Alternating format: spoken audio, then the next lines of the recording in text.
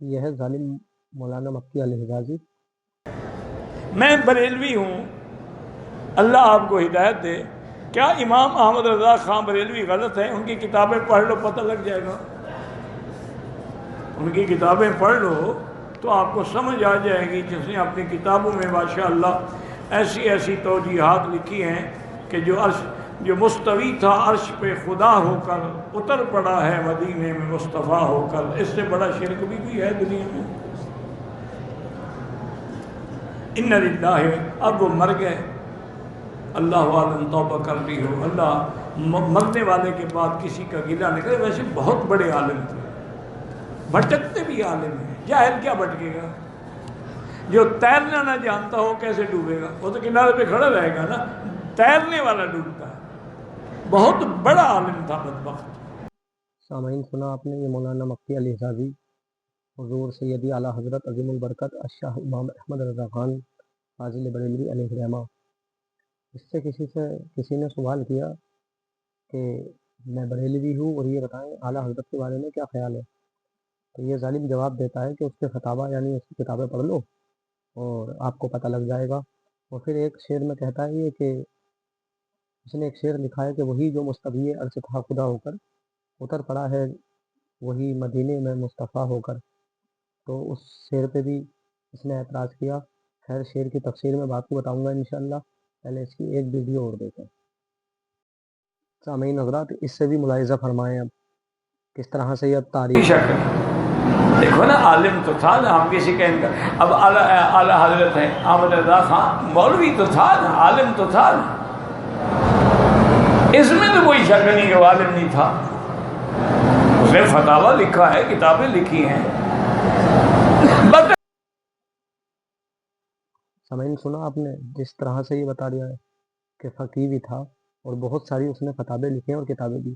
یعنی ایک ویڈیو میں اس نے کہا کہ معاذ اللہ بدبخت تک حضور اعلیٰ حضرت کے بارے میں اس نے الفاظ کہے، اور ایک ویڈیو میں یہ کہہ رہا ہے فقیہ بھی ہے اور عالم بھی تھا اور فتاوی بھی لکھے ہیں۔ آئیے میں ایک ویڈیو اور دکھاتا ہوں، اس کو اور ملاحظہ فرما لیں۔ یہ ہے مولانا زرزیز، اور بہادیوں کا بہت بڑا سرگنا ہے یہ اہل حدیث۔ جو جنگ کے اندر آپ تیر چلا رہے تھے وہ آپ نہیں چلا رہے تھے، میں چلا رہا تھا۔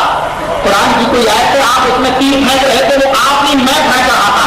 تو اس کو یہ مسئلہ نکالتے ہیں قرآن کی آیت سے۔ دیکھیے، نبی کا تیر پھینکنا اللہ کا تیر پھینکنا ہے، اس لیے نبی ہی اللہ سے، نبی ہی اللہ سے۔ اور اسی لیے آپ کی کتاب کے اندر یہ نقل کر ڈالا جو عرش پہ مستوی کا خدا ہو کر مدینہ میں اتر پڑا ہو مصطفیٰ ہو کر۔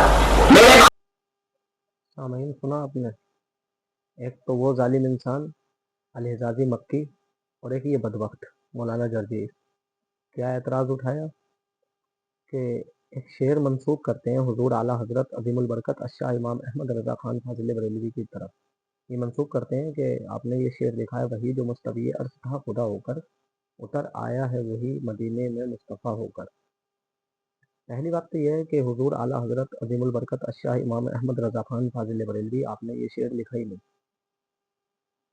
اگر کوئی اس شعر کو دکھا دے تو اسے منہ مانگا انعام ہے کہ حضرت نے یہ شعر لکھا ہو۔ اصل بات یہ ہے کہ یہ شعر جو لکھا ہے یہ حضرت ابو اعلیٰ عاشی رحمۃ اللہ علیہ جو ایک صوفی ہوئے ہیں آپ نے لکھا ہے۔ اچھا، اللہ تبارک و تعالیٰ کی ذات جو ہے وہ خالق ہے، اور عرش جو ہے وہ مخلوق میں اللہ کے بعد جو سب سے بہتر مخلوق ہے اور سب سے اعلیٰ مخلوق ہے ہمارے آقا کریم رؤوف رحیم نبی پاک حضرت محمد مصطفیٰ صلی اللہ تعالیٰ علیہ وآلہ وسلم کی ہے۔ اب اگر خالق کو عرش پر بیٹھالا جائے، یعنی اللہ تبارک و تعالیٰ کو عرش جو ہے وہ مخلوق ہے، تو کیا معاذ اللہ اللہ تبارک و تعالیٰ کو مخلوق کے سہارے کی ضرورت ہے؟ نعوذ باللہ۔ پھر دوسری بات یہ ہے کہ اللہ کا یہ خدا جو ہے یہ ذاتی نام نہیں ہے، ذاتی نام صرف اللہ کا جو ہے اللہ ہی ہے۔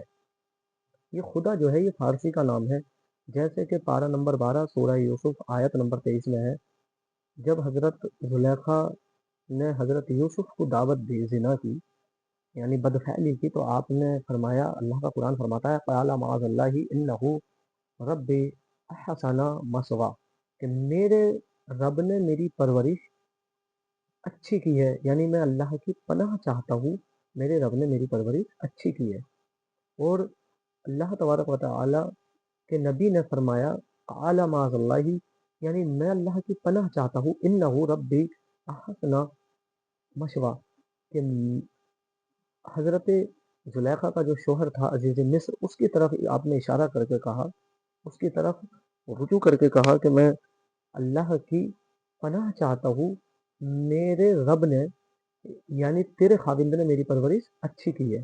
اچھا، دوسری بات یہ ہے کہ علامہ احلوی رحمۃ اللہ علیہ نے صراط الاحلویہ کے اندر ایک حدیث پاک نقل کی ہے، جس کا مفہوم ہے کہ آقا علیہ الصلوۃ والسلام نے فرمایا ہے کہ اگر میرا نور نہ ہوتا تو جس آگ کے گدے میں ابراہیم علیہ الصلوۃ والسلام کو ڈالا جا رہا تھا وہ آگ سرد نہ ہوتی، میرا نور نہ ہوتا تو نوح کی کشتی نہ بچتی، میرا نور نہ ہوتا تو حضرت اسماعیل جوا ہونے سے نہ بچتے۔ تو ان ظالموں کو یہ شعر کا مفہوم ہی سمجھ میں نہیں آیا۔ پہلی بات تو شعر کا مفہوم جو ہے وہ ہے ہی نہیں، وہ ہے وہی جو مصطفی عرش تھا خدا ہو کر، یعنی مددگار تھا عرش پر، نبیوں کا مددگار ہمارا نبی، ہر چیز کا مددگار ہمارا نبی، تو وہی جو عرش پر مددگار بن کر بیٹھا ہوا تھا مدینے میں اتر آیا ہے مصطفیٰ ہو کر۔ تو اس میں کوئی بھی کلام یا کوئی بھی لفظ شرکیہ نہیں ہے، یعنی نہ ہی کفریہ ہے۔